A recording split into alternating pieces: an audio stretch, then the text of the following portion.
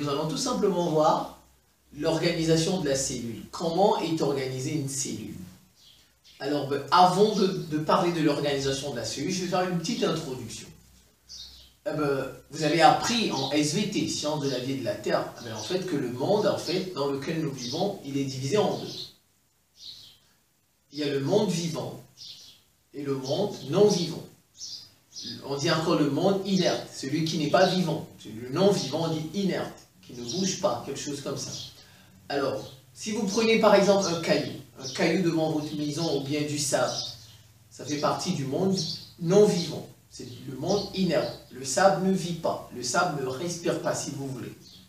Alors, dans le monde vivant, il y a vous et moi, il y a les animaux, les poissons, il y a les plantes aussi.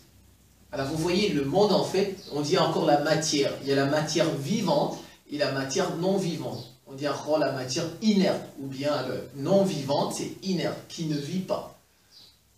Et on dit monde vivant, comme on peut dire matière vivante. Alors maintenant, on va parler de la matière vivante ou du monde vivant. Le monde vivant, ou bien la matière vivante, en fait, elle est divisée en deux aussi. Il y a ce qu'on appelle en science le règne animal et le règne végétal.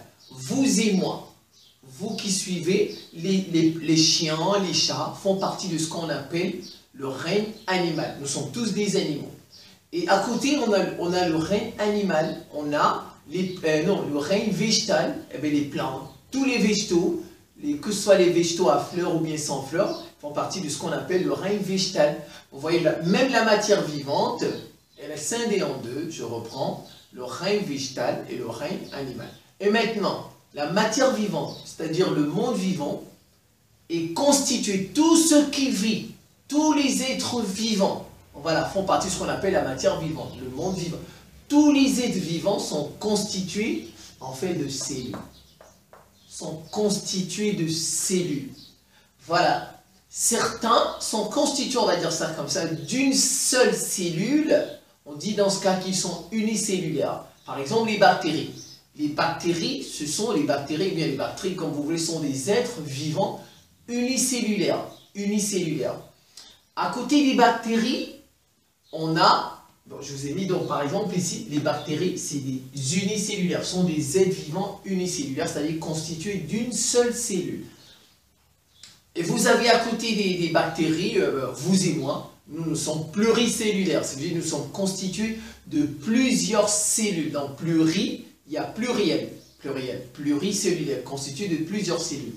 Alors donc, on a, comme je disais tantôt, on parle de la cellule. Maintenant, on a deux types de cellules. Il existe deux types de cellules. Les cellules prokaryotes et les cellules eucaryotes. Cellules prokaryotes et cellules eucaryotes. Tous les êtres vivants, peu importe leur taille, peu importe leur dimension, que ce soit les bactéries, les virus, vous et moi, les grands gorilles, les grands dinosaures, tout ce que vous voulez, sont constitués de cellules. Et on en a deux types, les prokaryotes et les eucaryotes. Alors les prokaryotes, je parle d'abord des prokaryotes. Je vous ai mis un schéma ici des prokaryotes. Les prokaryotes, les cellules prokaryotes, c'est les cellules des bactéries, c'est tout. C'est des cellules qu'on retrouve chez les bactéries, dans une bactérie. Donc, comme je vous ai dit tantôt, les bactéries sont des êtres vivants unicellulaires, constitués d'une seule cellule. Alors voilà une cellule prokaryote qu'on retrouve chez les bactéries. À l'intérieur, vous avez une membrane. Celle qui est autour, on dit c'est la membrane plasmique, la membrane cytoplasmique si vous voulez.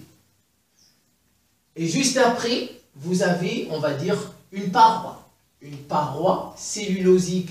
On dit après une paroi squelettique. En fait, c'est le squelette. C'est le squelette, on va dire comme ça, de la cellule, ce qui est à l'intérieur, la paroi. Alors, toutes les cellules prokaryotes sont de cette forme. Elles ont une membrane plasmique ou bien une membrane cytoplasmique.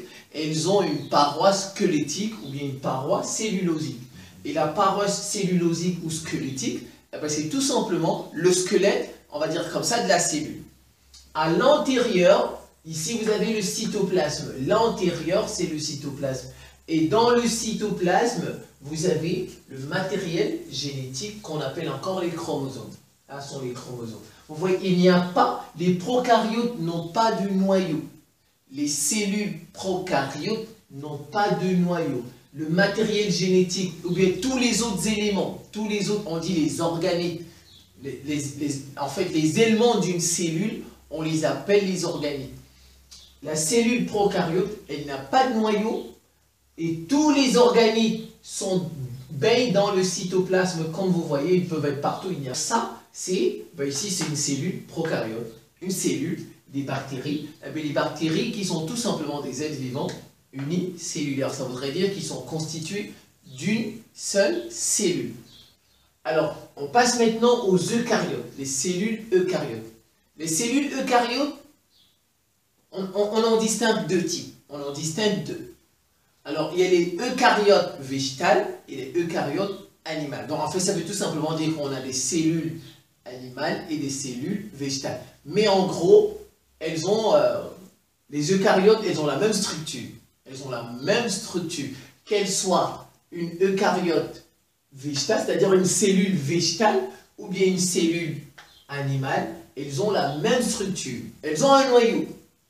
Un noyau qui contient l'information génétique, un noyau qui contient le matériel génétique, on va dire un noyau qui contient les chromosomes, l'ADN, si vous voulez.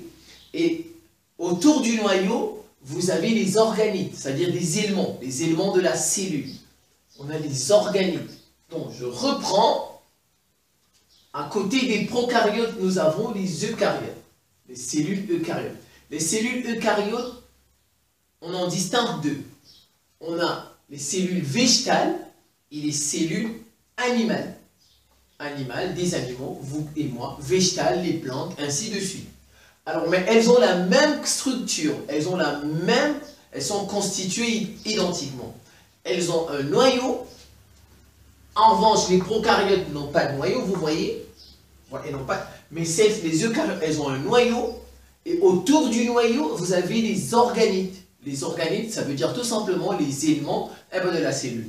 Donc, alors, avant de les présenter, je vais terminer ici. La cellule, en fait, c'est l'unité de base des êtres vivants.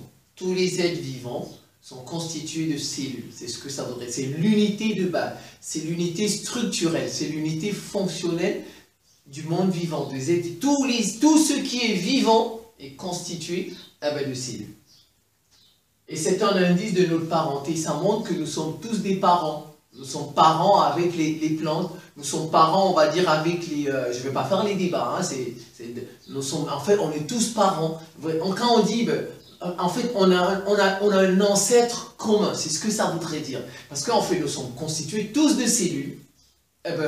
Mais il y a eu, on va dire comme ça, une cellule primitive, une première cellule. Donc nous venons tous en fait de cette cellule-là qui a dû, par division successive, et finalement, a donné toute cette diversité, on va dire comme ça, du vivant. Ouais, c'est ça. Donc la cellule, en fait, c'est un indice de notre parenté. Tous les êtres vivants sont constitués de cellules. Ça montre que tous les êtres vivants, en fait, sont des parents. On est tous des frères et des sœurs, ainsi de suite. C'est ce que ça voudrait dire. Et à l'intérieur de cellules, à l'intérieur de la cellule, il y a de nombreuses transformations chimiques. Une cellule, c'est comme, on va dire, c'est comme une entreprise. Ah ben, toi tu fais ça, ben celui-là il fait ceci, ainsi c'est comme, chaque élément a une fonction bien précise. Voilà, chaque élément, chaque organite est constitué, est doté d'un travail, d'une fonction bien précise. Donc, de nombreuses transformations chimiques s'y déroulent au sein de la cellule.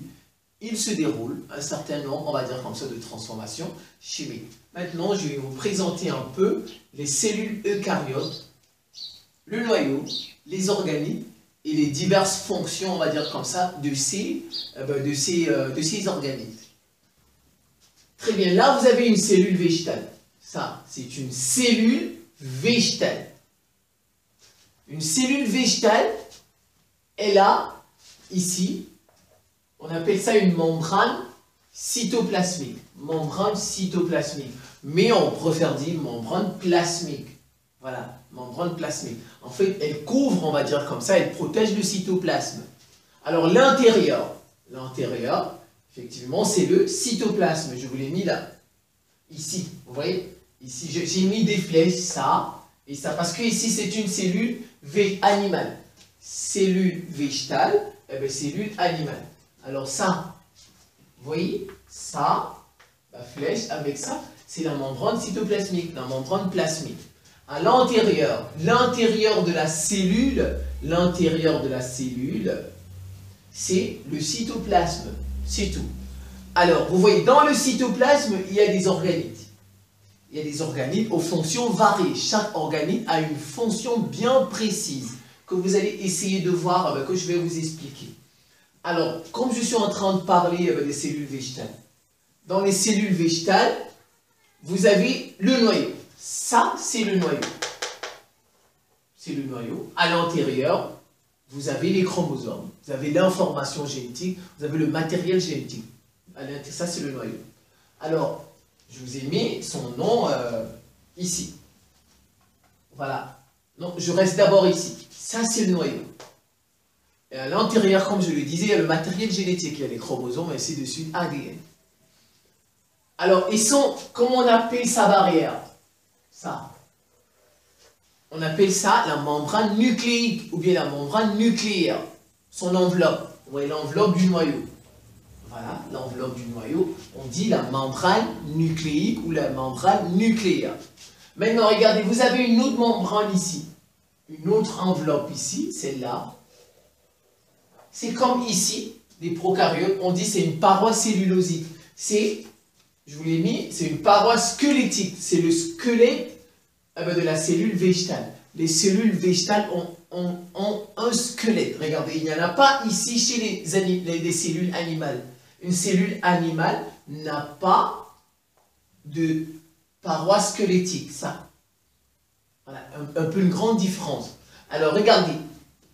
Donc, c'est un peu les différences aussi. Vous voyez, chez les animaux, les cellules animales, je veux dire, il n'y a qu'une membrane plasmique ou cytoplasmique, mais il n'y a pas de paroi squelettique. Donc, les cellules animales n'ont pas de squelette, c'est ce que ça voudrait dire. Alors maintenant, ici, j'ai terminé avec le noyau. Eh bien, vous avez par exemple un noyau ici, le noyau de la cellule, c'est un noyau perforé. Regardez, il est perforé. Voilà, il a un trou, on peut dire comme ça. C'est un noyau perforé ici, un noyau. Et à l'intérieur, il y a le matériel génétique, il y a l'information génétique, il y a les chromosomes. Alors, maintenant, ici, je reviens là. Ça, c'est les mitochondries. Les mitochondries, voilà, les organismes, je commence par les citer. Ça, c'est les mitochondries.